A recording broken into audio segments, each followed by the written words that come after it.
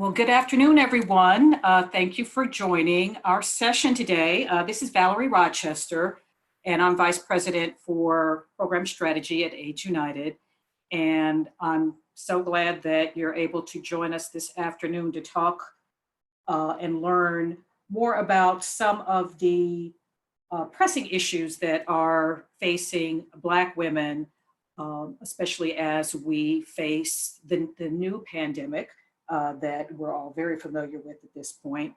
The information that we're going to be hearing today is not really something that's new, but it's going to be something that's taken a new spin because we're going to be talking about issues of access and care and treatment and policy issues and all things that we've known about as we work in this field and work in this epidemic as Black women.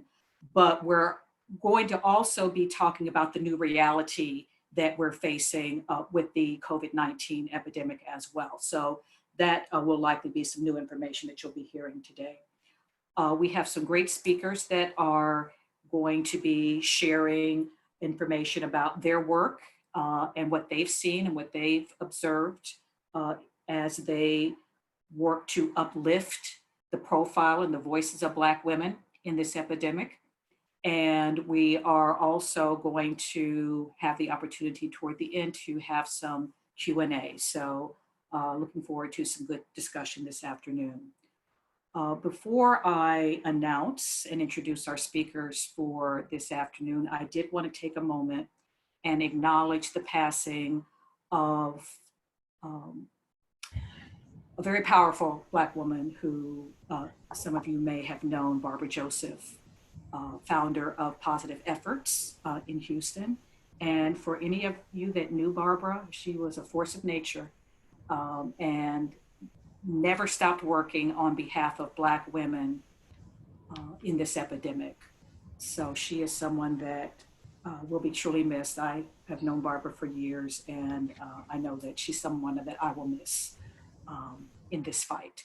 So I'd just like to take a few seconds to honor her and to commemorate her. So if we could take a few moments of silence.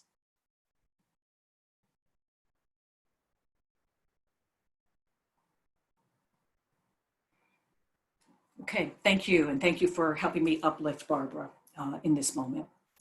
So this afternoon, we will be talking about, again, Black women and HIV from a couple of different angles.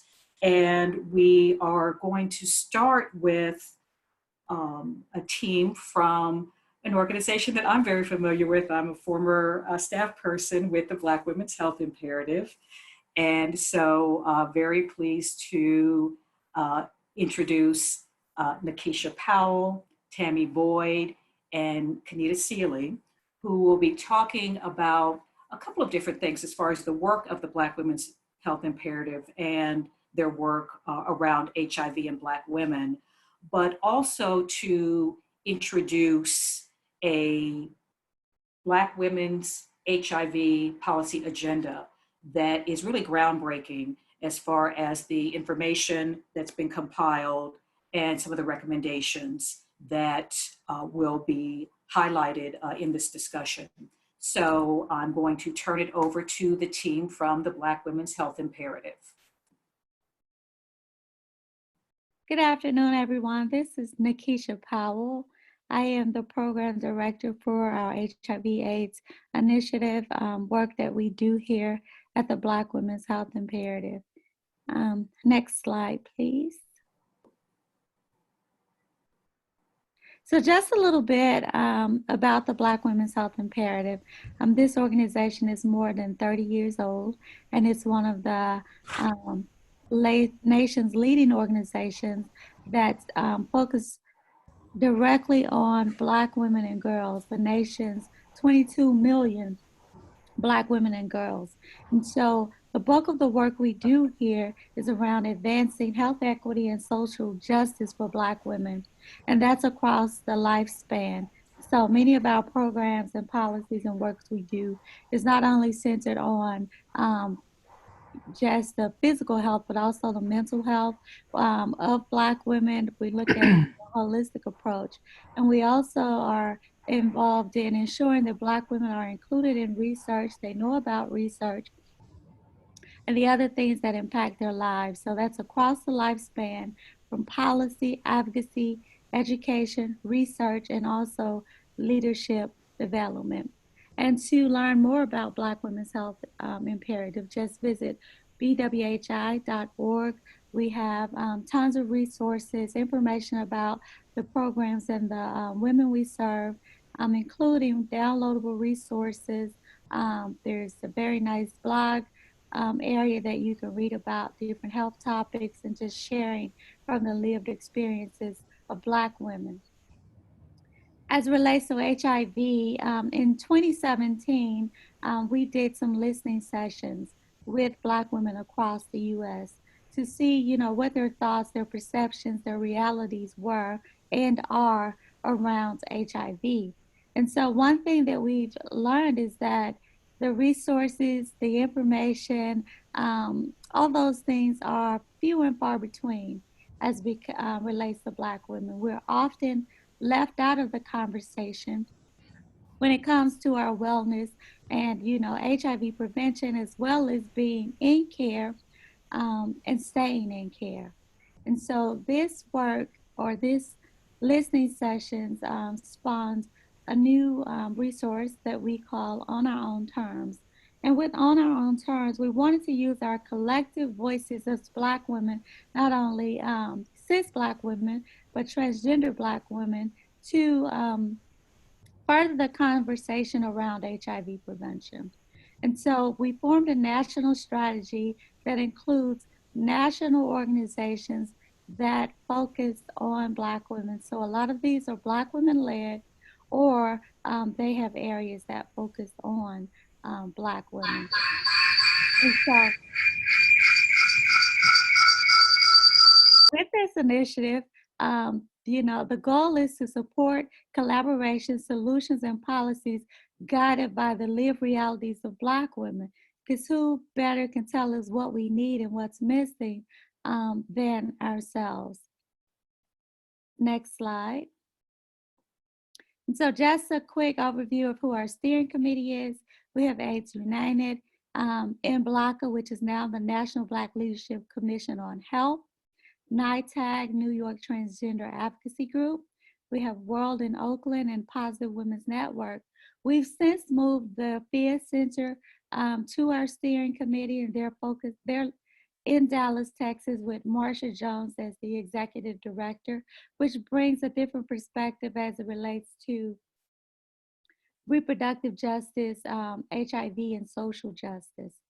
And we also have a group of organizations that we have under our advisory council, and they kind of look at the work that we're doing and give their perspective to also shed light on what's missing, what's needed in this work. And since we have been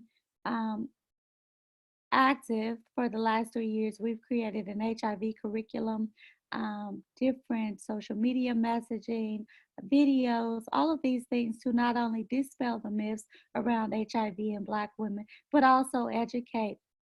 So those on the call, as I said before, please feel free to visit our website, utilize those resources within your own circles, organizations, as well as download those resources. Next slide. And one thing that we've learned in creating resources and materials for those who are not vested in this work like we are, we're advocacy advocates, we run nonprofits, we are connected in those spaces. But think about our sisters, our cousins, our aunts, girlfriends, those people who are not necessarily vested in this HIV work. We wanted to help them see how important this work is, see how important it is to be their own advocate and use their voices to, again, not only help us prevent the transmission of HIV, but also support those women who are living with HIV. And so we've just launched a comic book series called Luna Unleashed. And Luna is our superhero sexpert, sex educator, who is, on a mission to make sure our Black women, again, cis and transgender women, are healthy and whole and, are equipped with the right information, the right tools to have a healthy, thriving sex life, but also make positive choices when it comes to that. So again, if we're expecting Black women to be involved in this advocacy, this policy work, they have to see themselves in this and what the impact of HIV is on their lives when the policies are not geared to helping them to have a better health outcome. And so, again, if you want to learn more about BWHI and the things that we're creating through on our own terms, please visit the website. Next slide.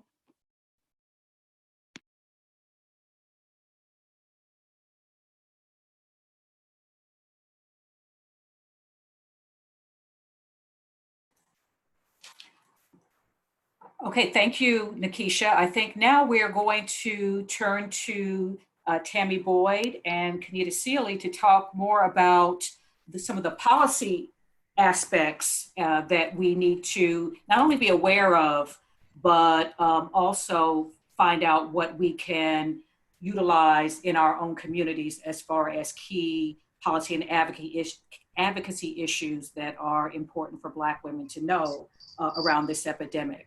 So Tammy and Kenita, I think we're ready for you.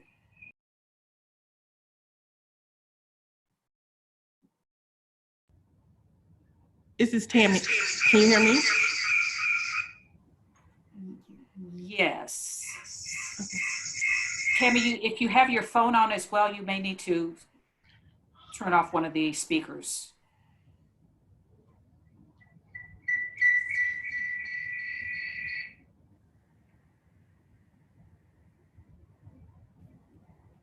Okay. Tammy?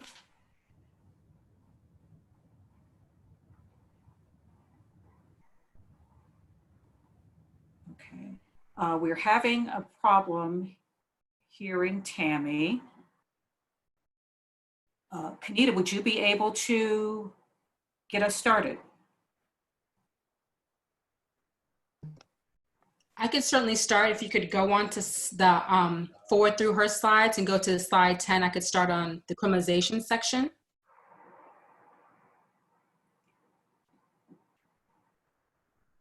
There we go. Thank you. Good afternoon. My name is Kenita Sealy, and I'm Policy Counsel for BWHI. My presentation today focuses on HIV criminalization and how it limits access to care and treatment. HIV criminalization is the practice of utilizing state laws to prosecute and punish an individual based on their HIV status. For decades, these laws have served to refute medical fact and disregard advancement in treatments, deviate from generally accepted criminal law principles, conflict with public health policies, and it has stigmatized and discriminated against people living with HIV. It is important to note that research demonstrates that HIV-specific laws do not reduce transmission, and a growing body of research shows that they may fuel the epidemic because it increases stigma, discourages testing, and makes it more difficult for people living with HIV to disclose their HIV status. In fact, states that have harsher HIV criminal laws typically also have higher transmission rates. Next slide, please. When these laws were first promulgated, the understanding of the disease was in its infancy. If someone contracted HIV, it was considered a death sentence. As you know today, with research and the advances in modern medicine, many people can live a near normal lifespan as long as they have access to quality health care. Despite the fact that the routes, risks, and the likelihood of transmission are near zero when correct and consistent condom use and effective antiretroviral therapy are in place, HIV-specific laws do not require proof of a person's intent to cause harm or to transmit HIV for a finding of guilt or a factor in determining the level of punishment. Further, these laws do not treat condom use, an undetectable viral load, or the extreme unlikelihood that transmission will occur as evidence of a lack of intent to harm. In fact, HIV transmission is rarely a factor in the criminalization prosecutions. Even extremely low risk or no risk sexual activity without disclosure are subject to equally serious charges and sentences. Also, contrary to scientific fact, saliva does not transmit HIV. Yet many states criminalize spitting and biting with prison sentences as long as 35 years. Next slide, please. Here's a graph of how the HIV-specific laws break down in the US. As you can see, 34 states have HIV-specific criminal laws and or sentence enhancements applicable to people living with HIV. That equates to approximately 70% of the country having laws like this in effect. But who was most affected by these laws? Next slide, please.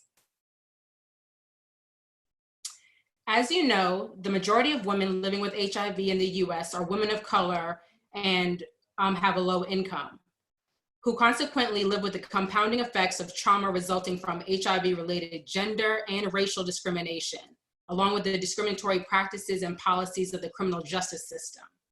Then it should come as no surprise that these studies have also shown that HIV criminalization laws disproportionately target and harm women of color, particularly sex workers and women of the trans experience. Next slide, please. Based on all these factors, BWHI recommends that every person must activate and call their representatives in Congress and state legislators. The legislation listed here aims to combat HIV criminalization. On a federal level, the Pretrial Integrity Safety Act, which would provide grants to states to assist in eliminating the use of money bail as a requirement of pretrial release in criminal cases. The Repeal HIV Discrimination Act, which calls for review of all federal and state laws and regulations regarding the criminal prosecution of individuals for HIV-related offenses. It means to, and on a state level, again, remembering that HIV criminalization is largely a matter of state law, we must advocate to our state legislators to get these discriminatory laws repealed. Locally, BWHI supports the Community Safety and Health Amendment Act of 2019. This legislation was introduced by Washington, D.C. City Council and seeks to decriminalize sex work in the district. As you know, the Black woman's voice is very important and forms a formidable voting bloc which can be wielded during elections. I'm confident that if we unify, we can begin to overturn these unjust HIV laws. Thank you. Okay, thank you, Kenita, for that overview about something that we continue to hear about, we continue to fight against, and the information you've shared, I think, can give us some ideas as far as some things that we can take back home. And we'll have a chance to take any questions related to this at the end. Right now, though, I wanted to see if we have Tammy back. Is Tammy? I think she's still having trouble. This is Nikisha. But I did want to share, hopefully she'll get back on, but we decided to create this policy agenda again as we looked at the gaps in research, policy, and practice as relates to Black women. And so this policy agenda was developed, and again, the steering committee provided insight. Other people who work in this space around criminalization and beyond. For Black women, there's nothing like it. And so when you get a chance to download it and review it, you'll see that we've covered a range of topics from not only access to care, but HOPWA, ADAP, housing, just so many different areas with the recommended policies on the national, or recommendations from BWHI on the national level. And we'll be providing that link for you all to download, but you also can visit the website to download and review, and again, take that and share and advocate within your respective states. Thank you for that, Nikisha. And I'm going to put you on the spot for a moment as we wait and see if we're able to get Tammy back. But just wanted to just check in and see, as far as the COVID-19 pandemic is concerned, what things are the Black Women's Health Imperative staff and as an organization, what kinds of things are you focusing on to help Black women, especially Black women dealing with HIV, with this epidemic, with this pandemic, I should say? Can you backtrack to the COVID slide? One thing that we've done, I think, which is really major, is that we continue to sign on to congressional letters sent as a part of the stimulus package to support those. So we're looking at Medicaid reimbursement and other things like that to, make sure states and those who receive those funds are not penalized. In the stimulus package, there was $65 million slated for people living with AIDS. And then again, supporting the Ryan White program. So again, signing on to letters as a part of the stimulus package.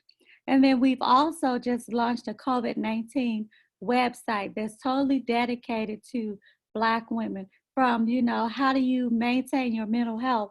You're home, the stress is up, you're thinking about employment, instability, and things like that. So, the website covers that, how do you parent? Because we know now that with COVID and people being isolated at home, there's an uptick in not only intimate partner violence, but child abuse. So how do you navigate having to possibly work from home and, do homeschooling and things like that? So we're trying to cover as much as we can, getting exercise, what does nutrition look like with this, just putting out the correct information, because we know there's a lot of information funneling and some of it is correct and some of it isn't.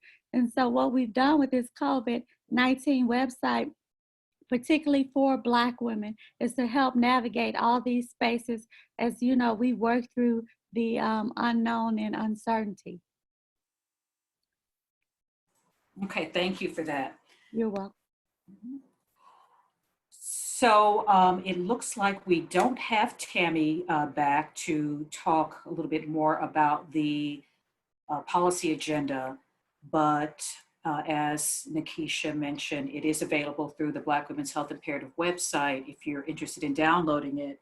And I happened to have the opportunity to provide a review and some input into the development of this. And it's really, as I said at the top of this, it's a groundbreaking document because there has not been to date a policy agenda that's completely dedicated to Black women. So I encourage you to download it, read it, study it. And it got a really big endorsement not too long ago during a meeting in Atlanta that was attended by Dr. Angela Davis. She was one of the keynote speakers, and she was actually referring quite a bit to the agenda and what was in it. So, you know how sometimes you think that not everybody reads things? She has truly read this document. So it was really a nice ringing endorsement for the work of the Black Women's Health Imperative. So thank you for your comments and your input, Nikisha and Kanita. And I think now it looks like we have also lost our next speaker. According to our agenda, we were going to hear from Tony Young, who was going to be talking about some of the treatment access issues and really where we have some true equity issues when it comes to equity in care, treatment, prevention, and a real focus on Black women. So hopefully we will get Tony back at some point before we finish this session. But with that, and Demisha, I hope you are ready because I'm going to call on you next. we have Dr. Demisha Burns, who is with World, and Demisha is going to be sharing with us some information, not only the work that World is involved with, but also is going to be talking about, as Black women in the communities in which we live, how we can begin to or continue to move toward action and apply some of this information that we're hearing throughout the day during AIDSWatch and apply it in a more practical way in our communities. So Denisha, I will turn it over to you. Awesome. Thank you, Valerie. Good afternoon, awesome team. It's definitely been a filling day thus far, and so we look forward to finishing it with a bang. I am Dr. Denisha Burns, the Policy and Advocacy Manager for World, Women Organized to Respond to Life-Threatening Diseases. I bring greetings from our Executive Director, Carla Dillard-Smith, our staff, our World Leadership Committee, the Bay Area in general, as well as AHF. World, for those who don't know, has been around in Oakland since 1991. We have a mission to improve the lives and health of women, girls, families, and communities affected by HIV through peer-based education, wellness services, advocacy and leadership, development.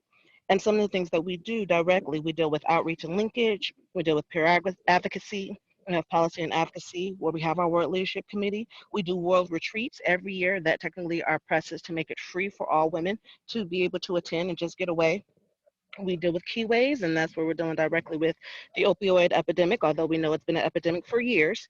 We're working with different organizations in order to continue to spearhead the now, quote unquote, said epidemic in ways of how do we acknowledge it, how do we deal with it, how do we move forward with it.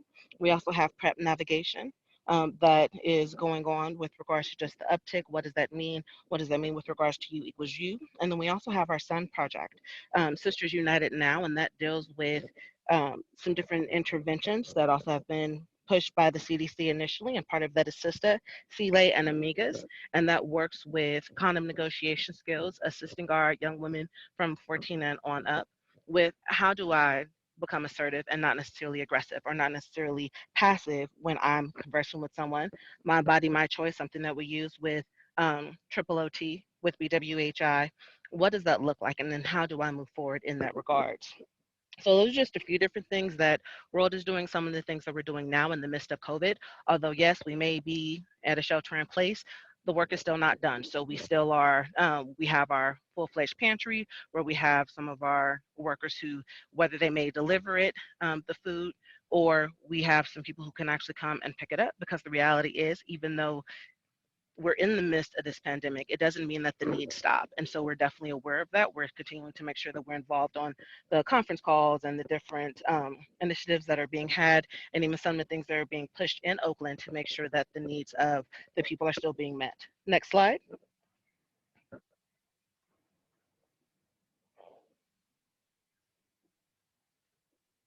Moving. Did it go to the next slide? Okay. I think it will be. It didn't change on mine, but I will continue on. So in general, I know we can't necessarily see each other, but how many people know a woman, whether yourself or others, who wear more than one hat? And if you have to think, even me on the slides, let me help. Whether from a daughter, a mother, sister, grandmother, friend, lover, wife, colleague, business owner, educator, advocate, comforter, nurturer, etc., the list goes on and on. Roles are amazing, and most Black women are multitaskers. You can decide whether or not you're good at it. That's for everyone to decide on their own. Whether you need more practice, but the reality is these are things that are continuing to take place. And unfortunately, sometimes these roles are oftentimes carried out at the expense of our holistic health, mentally, physically, emotionally, spiritually, and or financially. Next slide.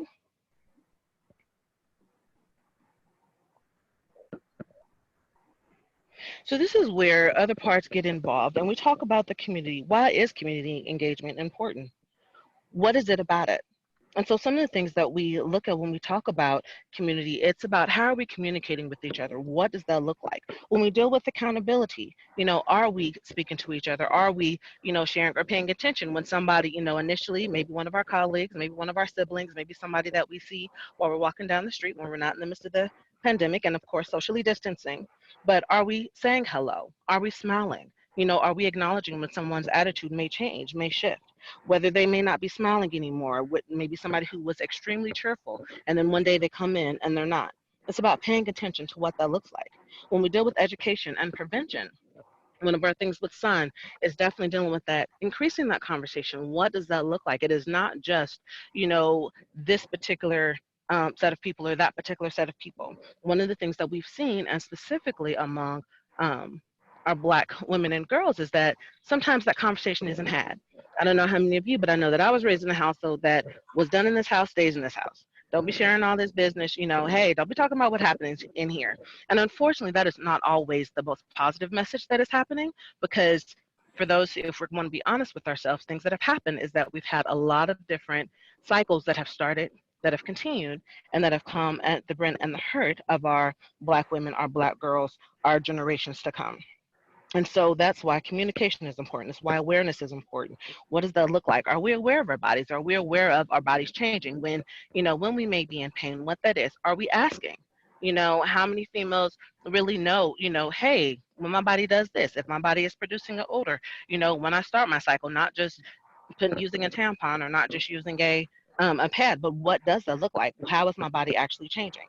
Nikisha spoke a little earlier about mental health. It's real. And I was raised in a church-based home. However, the reality is prayer does not solve everything. And I think sometimes we forget that sometimes when we're dealing with mental health, people are like, I can't go see a counselor. I'm not crazy. Seeing a counselor doesn't mean anything about you being crazy. Sometimes it really is just about having that sounding plate. Sometimes it is about having that place to be able to just release everything that's going on. But sometimes it's overlooked. Or sometimes, we have other people that are around that in their attempt to support, it's not coming out as a true support. So just being cognizant about that, what that looks like, even when we deal with trauma-informed care practice and training.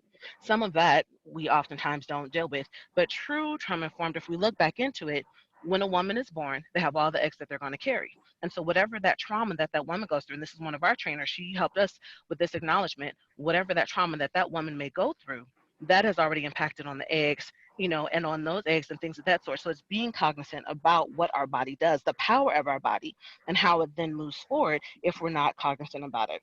It's about looking at depression. What does that mean? It looks different for everybody. Post-traumatic stress disorder. If we all want to be honest, I can guarantee you that each and every one of us in some way, shape, or form, whether individually or we know someone who has dealt with post-traumatic stress disorder, is still dealing with PTSD or things of that sort. Gentrification. Every day going to the office, we see tent cities, for the most part. I know I can speak for Oakland, I can speak for California, and I'm sure that there are other cities that can acknowledge and concur as well. And then access to services. What does it look like, especially in the midst of COVID-19, and you may already have an HIV or STI diagnosis? So looking at that stigma that is already out there, which goes into that other piece, what does that mean? Do I really want to go out there? Okay, yes, I may be seeing some symptoms, but I've already had to deal with, this type of stigma going this. Do I really want to go and share that this is something else that's going on? So it's really, really being cognizant about that. It's really, really just being open and honest and seeing how Black women in the different roles that we wear, how sometimes we hold on to different things and we don't necessarily get the help that we need, or we put everybody else's, needs before us. And so then once again, we are left out. Next slide. And so what that does, as we push forward, in one of the presentations earlier, someone was talking about stress and that those who are stressed are 3 times less likely to be adherent to taking their meds.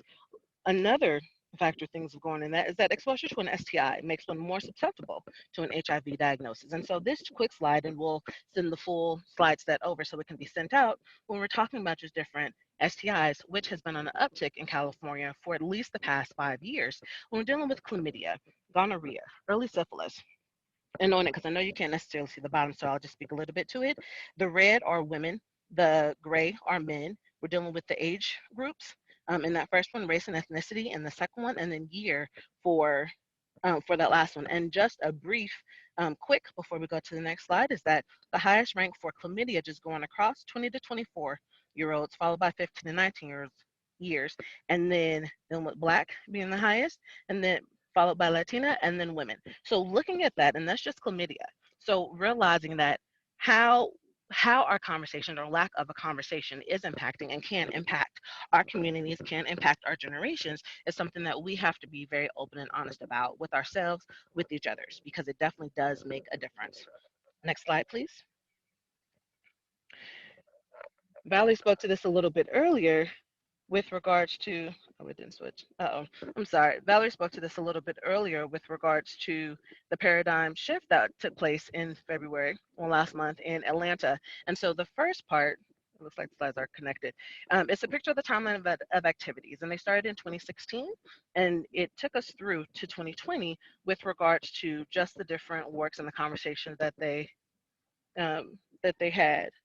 Yes, no, the slide's not working. I don't know what happened to this last slide, Laura. It looks like it's compiled over with the other one.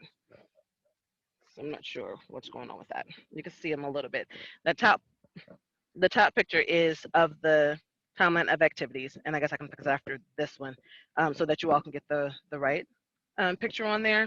And then on the right side of it, it talked about there was a call to action at the end of it. And the call to action dealt with advocacy and policy, funding and resource development, research, as well as community health and wellness. It literally all plays a part with one another. World has been the fiscal sponsor for the last two paradigm shift conferences, and the executive board is literally filled with amazing Black women, some who are also on this panel, and it is something where it is focusing specifically on Black women. What does that look like? What are next steps? I think some of the most powerful things were, yes, when Dr. Angela Davis, she spoke directly about the policy agenda from BWHI, which was also spoken about at the Congressional Black Caucus. So it's definitely something where if we're going to keep it going, we have to speak up, we have to speak out, and we have to keep moving forward with everything that's going on. So the picture that I will make sure is corrected is unfortunately covered as looking like on this side, but it's the executive committee that was under there, and I kid you not, most of the ones that were on the steering committee, you know, some of them also played a pivotal role and sit on the committee for the Paradigm Shift Conference. But it was one of the most empowering things. And then moving into next steps, because oftentimes we go into conferences and then unfortunately, once we're done, it's done. But the one thing that was beautiful about this, it literally, hey, these are next steps. This is what we're going to do. Let's go and get this rolling wherever we are. So it doesn't matter if we're in the north, south, east, or west, we have work that we're doing. And then the last slide, please. So it basically goes down to the basic premise of I am not my diagnosis. It doesn't matter what your diagnosis is, whether HIV, herpes, gonorrhea, you know, syphilis, whatever it is, I am not my diagnosis. It does not define me. It does not determine my destiny. One of our biggest things is that when we're looking holistically at our community involvement, at our community engagement, it really does go hand in hand. As we're working on policy, as we're working, you know, in the communities, as we're working on general services, as we're working on that health, whether mental, physical, emotional, spiritual, whatever it is, if we're not looking at the holistic female, then we're missing a pivotal point. And a lot of times what I love, our leaders, our client leaders, they would tell us all the time, we hear about HIV all the time. We hear about, you know, AIDS. We've been living with this diagnosis. And then yes, even for some who have, who may have been recently diagnosed, but it's about looking at them holistically. Because one thing that they say is that I am not just HIV. What else is there? I have to deal with my housing. You know, I have to deal, or I want to go back to school. I'm trying to make sure that I have this job. I'm dealing with this stigma. My doctor doesn't treat me the way that they should. So it's looking at that holistically, not assuming that, oh, it's those people or these people, but realizing that we are people together. And if we are not combined, if we are not coming together, then we're missing the entire point. So with that, world's biggest thing is it goes literally back to our motto of you are not alone. And that is something that we definitely want to leave with everybody, that as a community agency, as a community based of women, and as an organization who works specifically with women and families of cis and those with lived trans experiences, you are not alone. When you walk through those doors, doesn't matter what your background is, you have a home with us. Thank you. Thank you, Demisha. But before you get away, wanted to ask about a couple of things that you touched on. You mentioned, you know, that wearing the different hats, and I think that's something we can all relate to, and something that we all live with. But when it comes to the importance of community engagement and making sure we're hearing from the voices of women that are living with HIV or living and experiencing some of the challenges that we're hearing about, what is World hearing from women in the community around how they're dealing with not just HIV, but also now with COVID-19? Is it just another hat to wear? Is it just another thing? Or is it something that there's real concern around? So I think it's a mixture, and I would say that it's actually both and not necessarily just another hat. I mean, we're definitely used to wearing multiple hats, but I think some of the things Yeah. that the women are saying is that, hey, how do I balance this out? What does this mean? We talk about the stimulus packets. What is that going to happen? And I know, I'm sure they talk about it in the different support groups that we have, because they're continuing as well as our leadership groups. But what does that mean? What does that look like? And I think even in our last leadership meeting, the preface was, hey, what is being done? And even what I love about it is that there is a sisterhood amongst, each other. And they're like, hey, make sure that you're doing this, make sure that you're doing that. Okay, well, I'm gonna call and check on you. So it's one of those things of acknowledging that, okay, this is something else that's going on. It's not going to stop us. We are going to, continue to push forward, but it definitely is an inconvenience, so what are some things that are out there? What are some resources, that we have that we can tap into? Which was one of the reasons why World was like, hey, even in the midst of it, we're not going to stop doing what we're doing, even though we may not necessarily be able to do it all at the office at the same time, but we are going to continue to move forward so that individuals know, so that women know, hey, we do have your back, and so let's set up something, whether we set up an appointment. But it's definitely one of those of, we're going to continue to push, we're going to continue to fight, we're going to continue to, take one day at a time. And then one of our things is trying to make sure that we continue to push those resources out there, to our ladies, to our communities, to our partners, during this time. Hey, this is the latest that came up, what have you all heard, and then making sure that we're being clear around our communication around those things, and just sharing even those tidbits, making sure that you're washing your hands, hey, it lasts on this surface for, for this amount of time, or this is the latest, update, and doing it, and not doing it in a scary sense, because there are some women, who, yes, they have been traumatized by it coming. And so they've said, I don't even want to talk about it anymore. I hear about it every time I turn on TV, so we do hear both sides of the spectrum, but it definitely is one that has pushed us to continue doing the work. And what I say is our staff is literally pushing and, and hustling on a daily basis. Hey, we need to make sure that this stuff is done. We need to make sure that these deliveries are, are made, and we need to make sure that we're supporting the women however we can. And in that also means maybe collaborating with other agencies. Hey, okay, we may not have this service, but this agency is able to do that. So then how do we communicate and then get that information to our clients and our leaders? Mm-hmm. Those are some. Okay. All right. Thank you. you. Answer your question. Okay. It did. It did. And then some. Thank you. You're welcome. Thanks. So we have Tony Young back. So we will now hear from Tony Young with the Community Education Group. And Tony's going to be talking about how we can ensure equity in treatment access for Black women. Thank you. Yes, thank you very much, Valerie. And I apologize to everyone. Like I said, I'm literally sitting on the side of the road next to a barn. And so this presentation might turn into a little bit about rural access for Black women, but we will move on. For many of you, Community Education Group actually got its start as the National Women in HIV/AIDS Project in 1994, where one of the first things that we did is that we convened a meeting in Atlanta, Georgia, of over 187 women advocates living with HIV in concert with the National Minority AIDS Council's conference. So next slide, please. One of the things I wanted to talk about today, particularly as it relates to Black women, and I know that we are short on time, so I'll condense a lot of this, is that when we think about treatment access, particularly as it relates to PrEP access for Black women, one of the things that happens is that Black women get left out of what I call the founding building blocks to get us to treatment and prevention. One of the big issues around PrEP is that if you talk to funders, if you talk to prescribers, they say for some reason, they just can't get Black women to uptake PrEP. But the reality is that the awareness of PrEP, the education of PrEP has not really targeted Black women and Black men. Next slide. One of the projects that CEG has engaged in and was funded by Gilead Sciences is our Equitable Access Project. We brought together 15 different organizations to Atlanta, Georgia in 2018. Think about what are the issues that were impacting local community-based organizations around HIV prevention and care treatment, PrEP access, hepatitis C, and harm reduction, particularly for injection drug users. And we met over the course of 2 days, and we developed this report, which you can find at our website, communityeducationgroup.org. Next slide. And one of the big things that came out of the Equitable Access Project is that we did a survey of 511 individuals.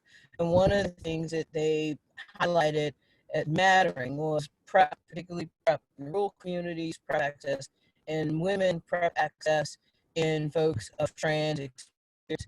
And so what I'm saying here in this slide is why PrEP matters, particularly why PrEP matters to Black folk, Black women. And when we talk about Black women at Community Education Group, one of the things that we like to talk about is particularly individuals who may be trans male identified, transgender non-conforming, who have needs that are not always addressed when we use the label transgender. We want to be very specific about who we're talking about, particularly when we talk about PrEP access for African American transgender men.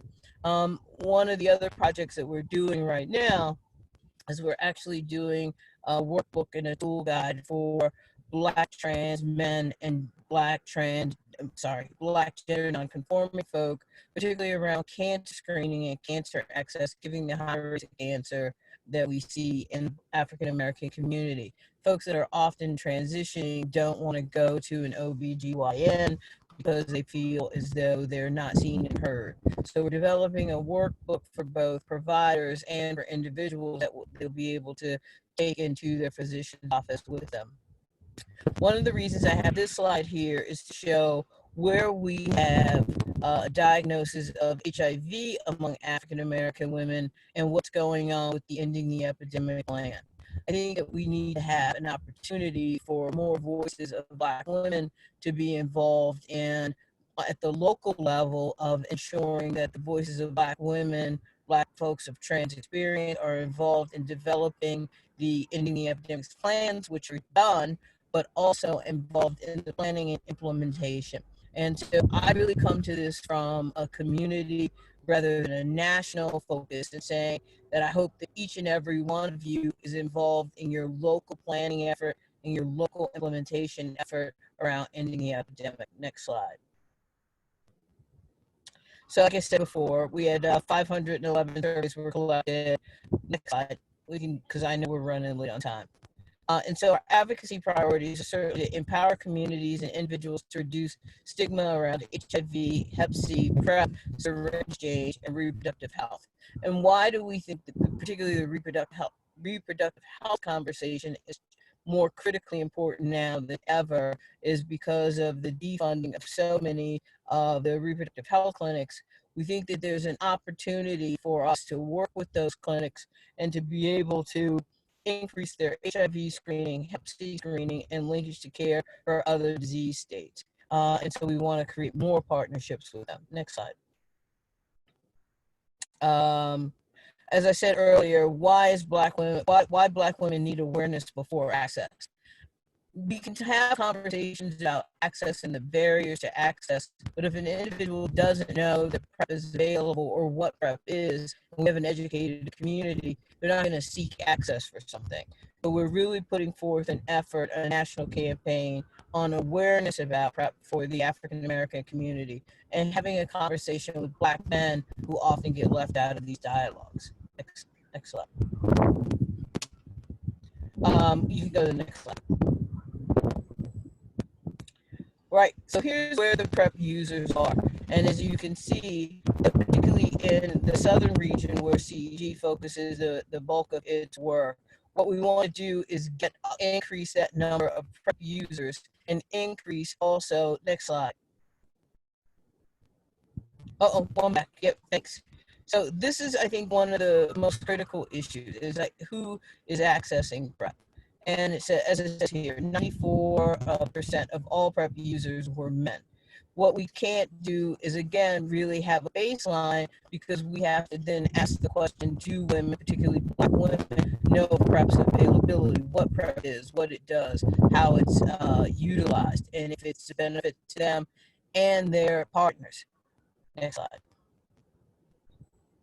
And so my last slide, and I ran through all of that, is really a call to action. And the call to action is actually that third box around prevention. And in order for us to get to a strong prevention paradigm, again, I think that we have to increase our awareness efforts. Right now, like I said, CEG is working on two primary projects. One is the expansion of HIV and Hep D testing in West Virginia, particularly working with individual organizations that have provided food bank services, reproductive health services, and other ancillary health related services. The other piece that we're doing is doing this both a training and a guide book for individuals as well as providers of men of trans experience and folks who are gender nonconforming, targeting African Americans. Next slide. Our call to action. We want to develop a national and regional community-based training program on PrEP access. We really want to target that to Black women, Black folk of trans experience, again, and Black men. And we want to engage more Black men in the conversation about PrEP. I think that's my last slide. CommunityEducationGroup.org. Thank you. Okay, thank you, Tony. Glad you were able to come back on with us and to share this information. Question for you. As we look at the engagement of Black women, and when I talk about Black women, I'm talking about Black cis and Black trans women or women of trans experience. Because some of you have heard me say when you present as a Black woman, you face a lot of the issues and challenges that Black women in this country face. So, we need to talk about this in a more holistic way.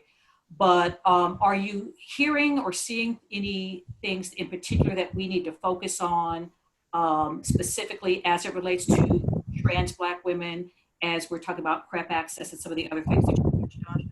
Right. Well, I mean, I think that one of the things that we're seeing more and more, and we're putting together a survey instrument now, is that I think that we make several assumptions when we use the word trans, who we're talking about. We generally think we're talking about male to female transgender, and that's who we cover under the rubric of when we have these conversations. But I think that we also should include in these conversations female to male transgender as well, because we don't know where a person is in their process of transition and may really need women's identified supports, right? So I think that that's kind of the issue, is how are we talking about trans? How are we talking about, particularly how are we talking to transgender men? How are we getting them involved in these processes as well? Some don't want to be included in women-specific projects because they no longer identify as women. But I think that we have to figure out how to navigate that space. And I think, again, when it comes to Black women in PrEP specifically, we sometimes say, well, we want to make sure that we're giving all of our energy and effort to prioritizing the need of women, but we forget the relationship Black women particularly have identified with their male sexual partners or whoever their sexual partners are, and that we are including them in this conversation as well. I think there's a huge gap there in that conversation with Black men by Black women. Okay, thank you. So in the time we have left, wanted to bring all the panelists in on this next part and have each one or whoever chooses to speak on a key message that you think it's important for us as Black women to take either back to our communities or to add to the work that we're doing to make sure that we are continuing to uplift the voices and the profile of Black women in now these dual pandemics that we're involved with, HIV, and also if there's anything you want to add related to COVID-19. But have a chance to share your closing thoughts on key messages again for Black women at this time. And why don't we start with Demisha?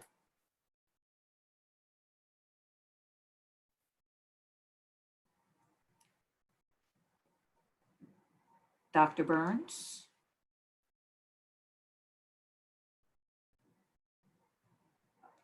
Okay, well, hopefully we will be able to get her back. I did see where we had Tammy back from earlier. Yes, there she is.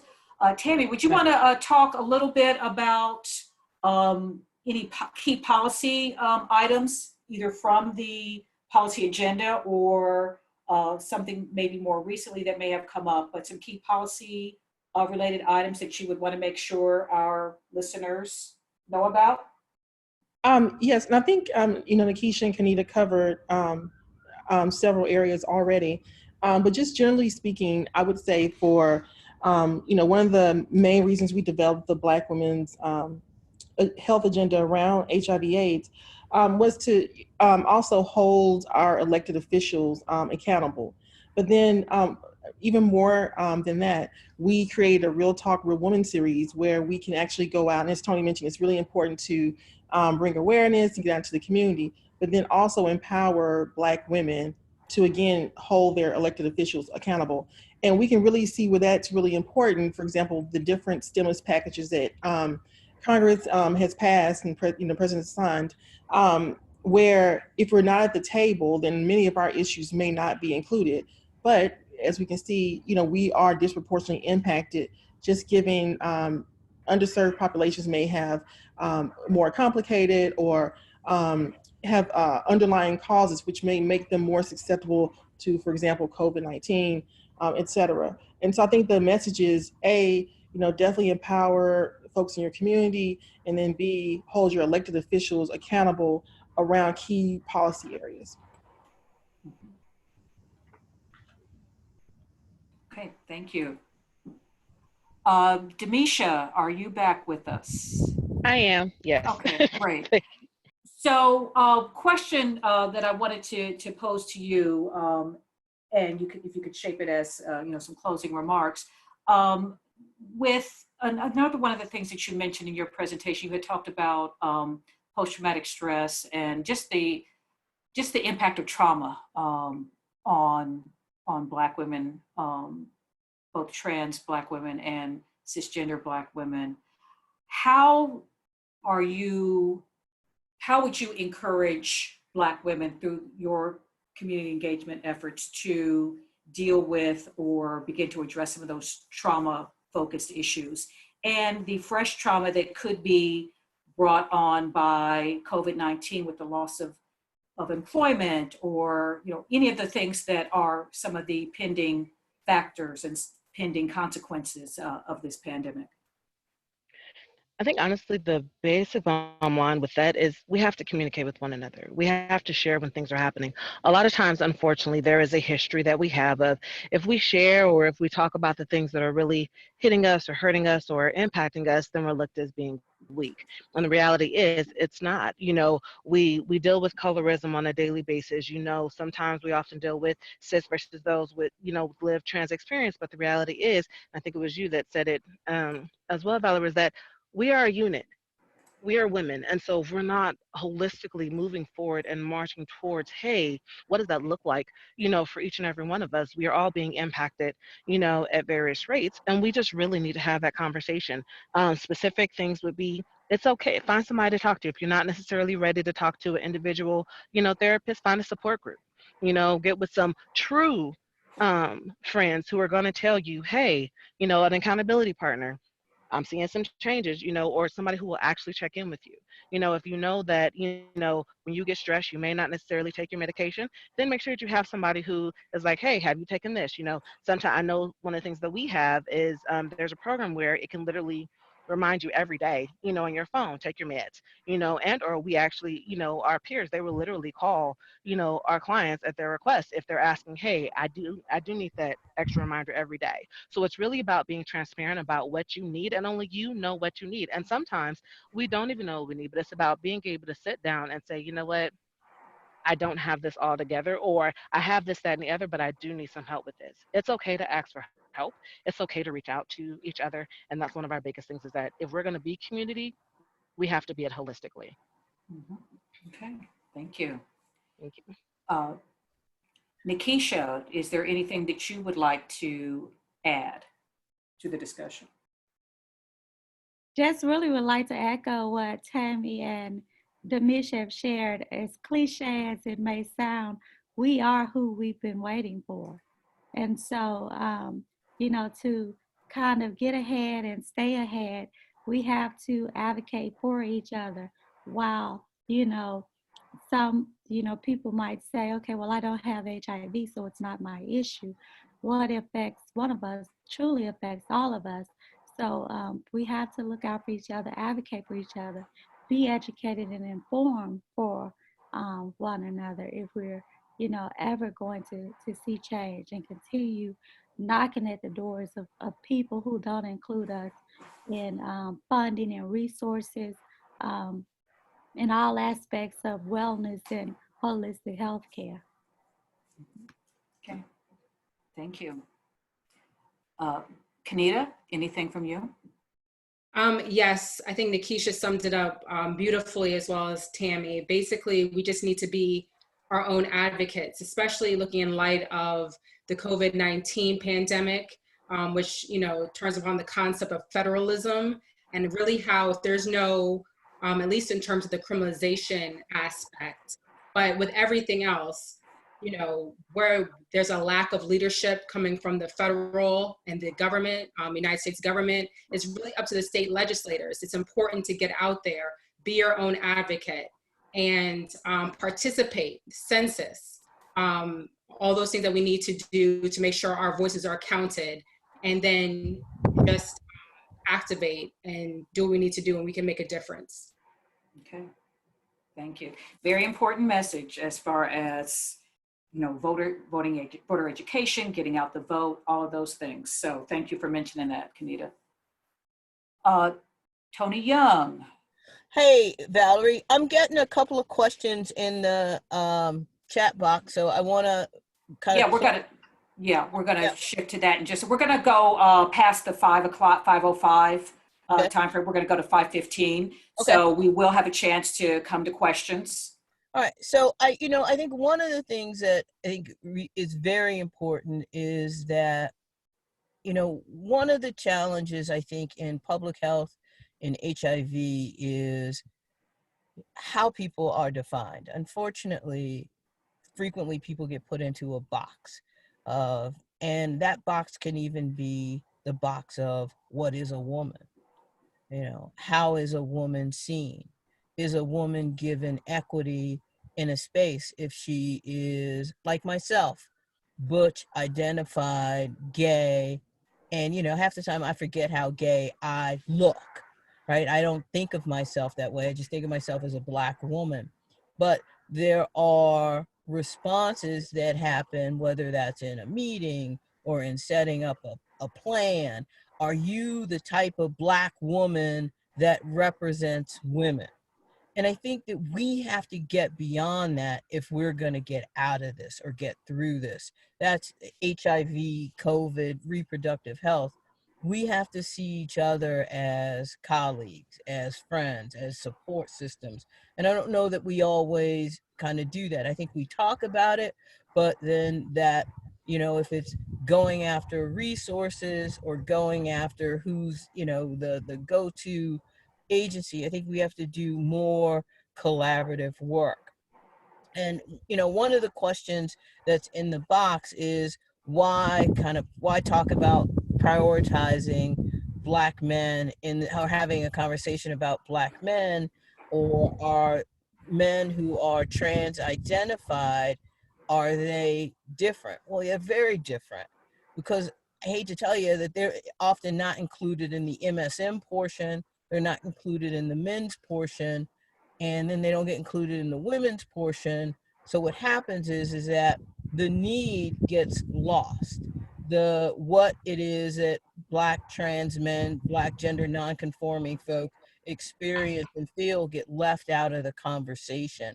Some of that is often due to the religiosity that happens in the Black community. Some of that is that if you look, you'll find that there are really only 6 peer-reviewed studies on Black trans men that hold weight. But what we do know is that Black trans men are both engaged in sex with men and with women. Many are at different places, as I said earlier, in their transition, so would still be identified as women. And I think that hopefully I'm answering your question around why should there be an inclusiveness of them. The reason we want to include the sexual partners of women in this conversation as well is because often that relationship is the relationship that leads that woman to health. And often her having a conversation with her male partner brings him into health and prevention as well, because we understand that a lot of these are going to be reported couples. We understand that there are going to be couples where they have different perceptions of monogamy. I'll leave that way. And that's why it's a critical importance. So I don't know that it's that STI treatment or STI inclusion of Black men is something that we should ignore as a part of wanting better health for Black women. I don't know a better way to say what I said. Mhm. Okay, thank you. Looking through some of the questions that we have here, or comments also. One comment I see, many PrEP TV ads are targeting men. When and or how can we change those messages seen to even more encourage women? So basically, how do we get the message out, a specific message that's tailored to the needs of Black women, Black cis women, Black trans women? What do we need to do to make this happen? Well, this is Tony, and one of the things I think is that we've got to go to different venues, right? Typically, we do a political. We'll do a Hill briefing. We'll do a webinar with our membership. We'll do it in a church basement. We'll do it in a health department. But we've got to, or Essence Festival, but we've got to start going to where women are engaged in more ratchet behavior. And we tend to not be at those events. Virginia Beach weekend, I don't know if that's going to happen again post-COVID, but I think that we tend to not go to where people who aren't like us or doing what we do on the weekend but don't tell anybody we do and do education there. So Tony, this is Demisha. So I agree with you in that aspect, but I also think that we need to start making sure that we're holding our pharmaceutical companies accountable with regards to the research. So with a lot of them, unfortunately, the research doesn't necessarily always include women or include them to the extent that it should in regards to men. And of course, yes, they say that, women aren't necessarily, being open to participating in the research, but then that also means that, hey, if this is something that you want to put out there, you need to figure out a way in which to enlist. So I think that it goes into that as well. And I think they both need to be included. We definitely need to go to non-traditional locations that should be traditional. And then we also need to make sure that we are holding our pharmaceutical companies accountable as well when they're doing the research initially before they're putting it out there. I agree. And I think that Valerie, the other thing that we need to do is that we need to set up a research or treatment advocacy training certification program so that Black women are involved and kind of involved in a different way, not just involved because you're a woman living with HIV or because you've been doing HIV for 20 years and you can serve on my community advisory board, or I'm going to have you on my ad board for some of the pharmaceutical companies, but that we are training Black women to be able to read a protocol, read a research study. And how is it that we can do that is, I think that if we did it together, we could do it. To train them, to get them ready, to serve on these ad boards, and I think, and then leverage that with pharmaceutical companies and say, no, we've got a group of trained Black women, not just treatment advocates where they, know what pill is what pill, but no, we've trained them to read a research protocol and say, nope, you can't do this, or this is bad, before it gets into phase 2 or phase 3 or phase 4 of a study, but that we have, an organized group, and that's what they do. I love that. And not only to serve on these boards, but also to possibly help translate some of this information so that it's more relatable for everyday women in communities that may not have access to that type of information. So be that share of information also in many cases. Very true. I think this is just the last piece of that. I think that we just need to be cognizant. I know some people say it's being a dead horse. Some people say that it is cliche, but we really do need to acknowledge, even before promoting these things, is that it is scary to some people. We still have the Henrietta Lacks. That was very real. We still have the Tuskegee experiment. So these are things that are very real. And so for some, when we talk about that post-traumatic stress disorder, that does play a part in it. So I think that oftentimes, when people don't necessarily acknowledge that up front, then that's when those questions come up, as opposed to, hey, we recognize, that this is what has happened, but let us show you the numbers. Let us show you, where this has helped, in different places. And of course, everybody's different, but I think that definitely also helps, to make it solvable and more palatable for people, when they're hearing these different things, just as a FYI from what I've experienced. Thank you. We're getting a lot of good comments in the chat, and see someone that's willing to serve on one of the boards that you mentioned, Tony. So one of the things we're going to be doing is going through this information, pulling out any questions that may not have had the chance to be answered today, but also seeing what kinds of action items we can pull out of this also. I think there are a couple of things that have been raised by the panelists that we might want to look at putting into action, and we will be sharing information post AIDSWatch on our website, so we'll be able to look for some of that. But if anyone is interested in receiving the slides that were shared today, I'm going to go out on a limb here and give you my email address, because I don't know when they're going to be posted on our website. So I'm going to give you my email address. Say again? You silly duck. You give it out. I know. I don't know what I'm getting myself into here, but it's V Rochester, ROCHESTER, V for Valerie, V Rochester at AIDSUnited.org. So just shoot me an email and we can forward the slides to you, again, if you're interested in receiving those. I'm just doing a last scroll here through the comments. Again, some more people interested in serving on the training boards. Comments about the need to provide childcare to ensure that there's true community representation in these trials and on community boards and all the other places where we need Black women to be. One closing question, and I know we're going to close in a minute, but this is a question that just popped up. When are we going to begin to fight for the lesbian women in regards to PrEP and PEP? But I think that's it, right? I think that we have a couple of questions like around PrEP for women. Yep. Do we change the message because it's not working? And then how is PrEP being offered for heterosexual men? I think that's just it. I mean, yes, you see a Black woman in the PrEP commercial, But if you know, in the initial pilot of our survey that we're doing, most Black women are actually getting their PrEP messages through gay men, which is problematic, right? It's problematic for a whole host of reasons, but it's problematic because we're not addressing their concerns.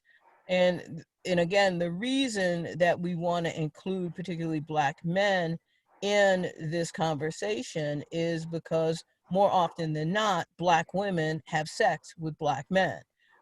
They don't go outside of their race. But if we're not having a prevention message conversation with both, we kind of are, you know, canceling one thing out. That's why we need to include both. Valerie, what was your question? I think you addressed it, Tony. Sorry. That's okay. So we have gone past our time, but I want to thank all of our panelists, Tammy Boyd, Nikisha Powell, and Kenita Seeley from Black Women's Health Imperative, Dr. Demisha Burns from World, and Tony Young from Community Education Group. We do need to find ways to continue these conversations. And one of the things that I'm going to commit to doing, and again, Tony, you can call me crazy again, but I'm going to commit to working with this panelist group and see what we can pull together as a way to make sure these conversations continue. So looking at either a webinar or some other way that we can engage a little more deeply in some of these issues and topics that came up today. So I hope I have the commitment from my sister panelists on that. Most definitely. This is Tony. Yes. Yeah, that took a little too long there, but thank you. Yes. Mm-hmm. Thank you. But thank you, everyone. Thank you to our panelists, and thank you to all the participants in this session. We appreciate your comments and your questions, and we will work on getting some responses to those that have not been able to be answered today. So thank you all. You're welcome. Thank you all for attending. Thank you. Have a blessed day. Thank you. Stay safe. Thank you, everyone. And that's the last session of the day. Thank you all so much for attending AIDSWatch this year, and we hope to see you next year in person. And thank you, Laura Gerson, for your support on this. Yes, thank you, Laura. Yay, yes. Yay, Laura. Thank you. It's truly been such a pleasure working with this panel. All of you are incredible stars. So thank you for all you do. Hey, Valerie, I think you should get us all together and we should write a proposal for this treatment advocacy certification program. Okay, gotta go. Okay, we'll follow up. Bye, everyone. Bye. Thank you. Bye. Have a good week.